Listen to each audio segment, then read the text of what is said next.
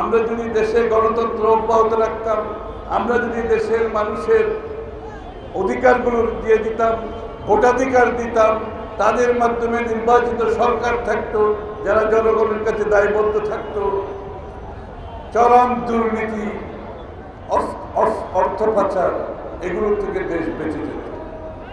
সুতরাং স্বাধীনতাকে মূলধন করে, কোনো ব্যক্তিকে মূলধন করে কোনো খারাপ কাজ টিকে থাকতে পারে না।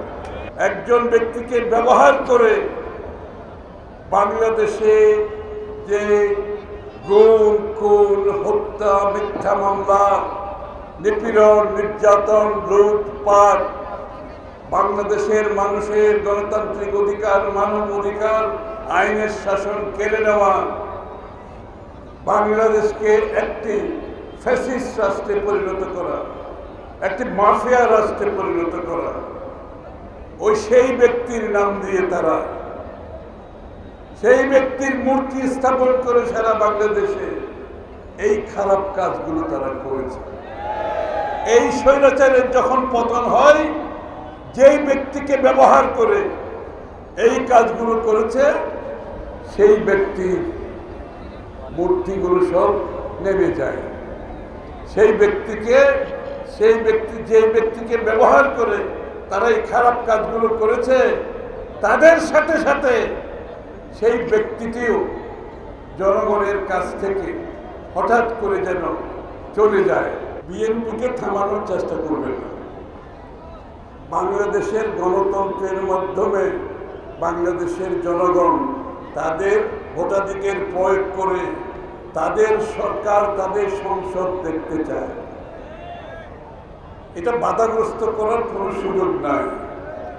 এবং বিএনপি এর জন্য বিগত দিনে অনেক ত্যাগ স্বীকার করেছে, প্রয়োজনে আবারও ত্যাগ স্বীকার করতে আমরা রাজি আছি। গণতন্ত্র কেউ কেড়ে নিতে পারবে না, কেউ বলে দিতে পারে না বাংলাদেশের আগামী দিনে বাংলাদেশের রাজনীতি কি হবে। এই সিদ্ধান্ত দেবে বাংলাদেশের জনগণ। এই সিদ্ধান্ত কেউ দেওয়ার কোনো সুযোগ নাই। এই সিদ্ধান্ত দেওয়ার জন্য অনেকে চেষ্টা করেছে। স্বাধীনতার পরে শেখ মুজিবুর রহমান সাহেব চেষ্টা করেছে, পেরেছে না। এরশাদ একটা তার নতুন একটা কি বলে এটা ন্যারেটিভ তৈরি করেছে, নতুন একটা, সে পেরেছে না। শেখ হাসিনা অনেক তার একটা নিজস্ব তার একটা ন্যারেটিভ ক্রিয়েট করেছিল, পেরেছে না।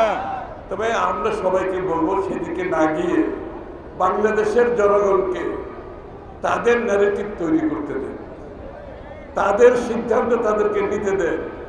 তাদের পক্ষে এমন কোনো গোষ্ঠী, এমন কোনো শক্তি নাই তাদের পক্ষ থেকে নিজের দায়িত্বে সিদ্ধান্ত দিতে পারবে এমন কেউ